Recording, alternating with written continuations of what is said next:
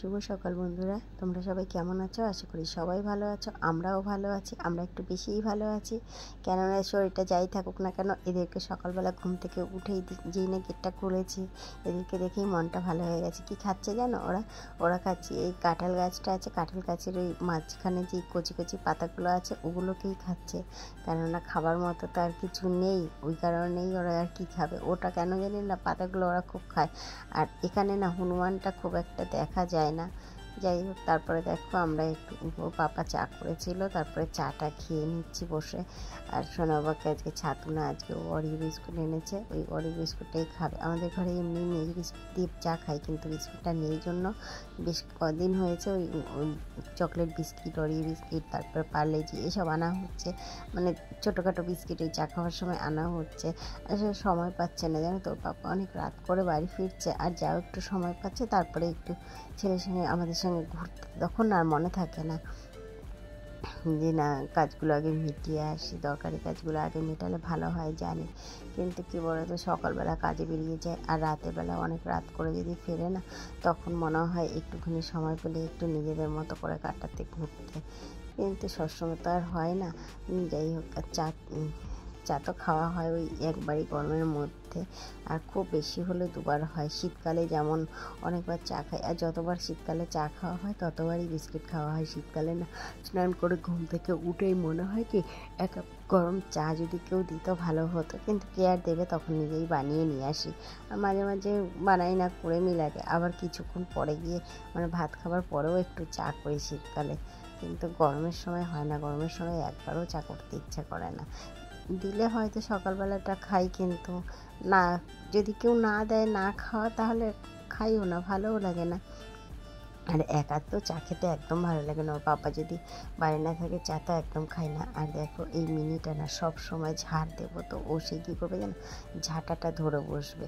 ওর জন্য ঝাড় দেওয়া যায় না। আর একটা কাজে কতবার দেরি হয়। একবার সকালবেলা ঘরটা ঝাড় দিতে এসেছি, এখানে সেই গেটের সামনে শুয়েছে, ওট ওট ওট, কিছুতেই উঠবে না, উঠেই নি।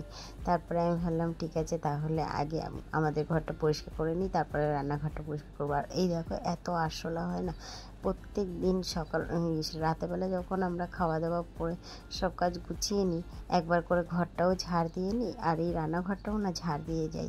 কিন্তু কি বলো তো, রান্নাঘরটা ঝাড় দিলেও যে কী করে আরশোলা আসে, আরশোলা কোথা থেকে আসে জানো তো, বেসিনের পাইপটা আছে না, ওই বেসিনের ওখান থেকে উঠে উঠে আসে। দেখো ছাটাটা কি সুন্দর করে ধরছে, বাচ্চাদের মতো, কোনো পুরো বাচ্চাদের মতো করে। সেই বাচ্চাই তো, মানে ছোট্ট বাচ্চারা যেরকম হয় না, ওরকমই করে। সেই জামা টেনে ধরবে, ঝাঁটা ধরবে, হাঁটলে পরে দৌড়ে দৌড়ে গিয়ে পায়ের মাঝখানে গিয়ে সেই পাটা টেনে ধরবে। কি করে, ওর জন্য না অনেক কাজে দেরি হয়ে যায়। কি করা যাবে, ওর মা ওরকম ছিল না। ওর মা কোথা থেকে এসছে সেটাও আমরা জানি না, একটু বড় হয়ে এসছে। আর এই গাছে এত পাতা কোথা থেকে আসে, কাঁঠাল সে গাছটা, পেয়ারা গাছটায় বুঝি না। যতই ঝাড় দিই ততই দেখি পাতা পড়ছে। এই সকালবেলা একবার ঝাড় দিয়ে যাব, আবার দুপুরবেলা একবার ঝাড় দেবো, বিকালেও ঝাড় দিলে ভালো লাগে, কিন্তু বিকালবেলাটা সময় হয় না তো।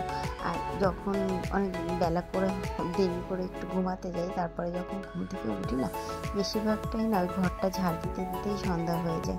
ঘর বাড়িগুলো ঝাড় দিই আর সন্ধ্যা হয়ে যায়, তখন আর এই পেছন দিকটা এসে ঝাড় দেওয়া হয় না। আর এই সামনেটা ঝাড় দিই, সামনের দিকটা, গেটের সামনের দিকটা একটুখানি ঝাড় দিই, কিন্তু এই পেছন দিকটা এসে আর ঝাড় দিতে পারি না, সন্ধ্যা হয়ে যায়। দেখো আমি ঝাড় দিতে দিতে বাইরে গেছি, ও সেই বাইরে চলে গেছে পাঁচিলের ওপর থেকে বেয়ে। তারপরেই তো গিয়ে হাত পা ধুয়ে টুয়ে চলে এসেছিলাম রান্নাঘরে, রুটিটা করে নিচ্ছি। রুটিটা না আটাটা একটু মেখে রাখলে ভালো হয়, কিন্তু মেখে রাখা না সময় হয় না। কী বলো তো, একটা কাজে হাত দিলে না আর একটা কাজের জন্য ভাবছি একটু পরে যাচ্ছি, একটু পরে যাচ্ছি।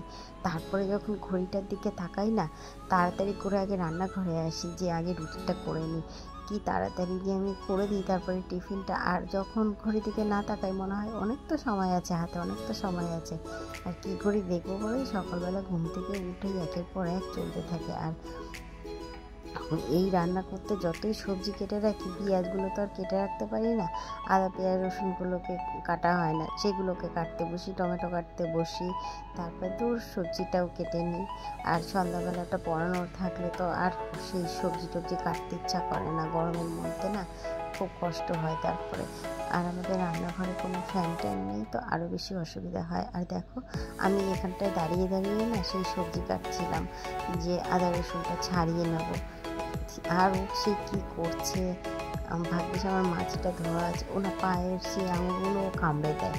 আর সে যদি হাঁটে তো মনে হয় আরও বেশি কামড়ে দেয়। আর আজকে এই 3 টুকরো মাছই করবো, 3 পিস মাছ করবো, আমি সোনা বাবা আর ইসে খাবে। ওই কারণেই ভাবছি যে অল্প করেই করি আর কি। আর দেখো এখন এত দুষ্টু করার পরে ও ঘুমিয়েছে, ওর কোনো হুঁশ নেই, এমনভাবে ঘুমিয়েছে। কি ঘুম পেয়েছে ওর, ওর রোজ দিন এই টাইমটা ঘুমিয়ে পড়ে, জানো তো। আমি যখনই রান্না টান্না বসাবো ও দেখবো এত ঘুমায় এত ঘুমায়, দেখো পুরো ঘুমিয়ে আছে, পুরো বাচ্চাদের মতো করে না, দেখতে কি ভালো লাগে। ওকে তখন ঘাঁটতে ইচ্ছা করে, এখন ঘাঁটলে তো আরও কামড়ে টামড়ে দিতে চায় না। ও কিন্তু কামড়ায় না, ওরা হয়তো খেলা করে, কিন্তু মনে হয় যেন কামড়ে দিল, ওরকম লাগে তো না। তারপর ভ্যাকসিন ট্যাকসিন দিতে হয়, আমার খুব ভয় লাগে ভ্যাকসিনের। আর আমি তখন রান্নাবান্না সব সেরে আমি বাসনগুলো মেজে নিচ্ছি। এখন ভাবছি না আগে বাসনগুলোকে মেজে নিই, মেজে নিয়ে তারপরে একবার ঘরটা মুছতে যাব। আর আজকে তো তেমন কিছুই রান্না করিনি, শুধু একটুখানি ডাল করেছি, মাছ ভাজা করেছি আর আলু সেদ্ধ ভাত করেছি, আর কিছুই করিনি। ফোনটা আবার চার্জে বসানো হয়নি আজকে, জানো তো, সকালবেলা থেকে।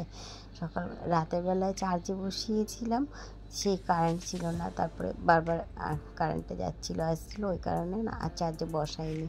ফোনটা যদি আবার খারাপ হয়ে যায় ভয় লাগে।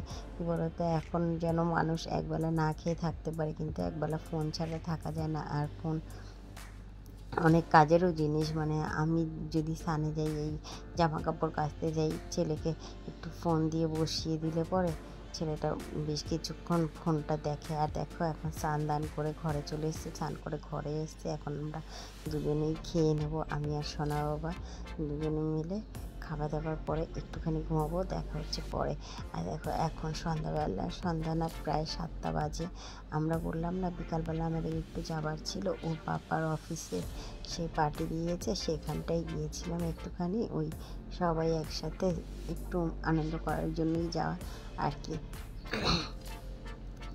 আর এই যে সারাটা রাস্তা শুরু করেছে যে এইটা কী কার, ওইটা কী কার, সেইটা কী কার। এই দেখো আমরা এখানে পৌঁছে গেছি, এখানে এসে আমরাই সবার আগে পৌঁছেছি, আর একজনরা এসছে তারা নিচে ছিল। আমরা এখানটায় এসে সোনাবাবা বললো ওপরটায় থাকবে, আমি ঠিক আছে তাহলে আমি আর সোনাবাবা এখানটায় বসি, পরে দেখা হবে। চলো দেখা হচ্ছে পরের আরেকটা ব্লগে। আজ তাহলে এ পর্যন্ত।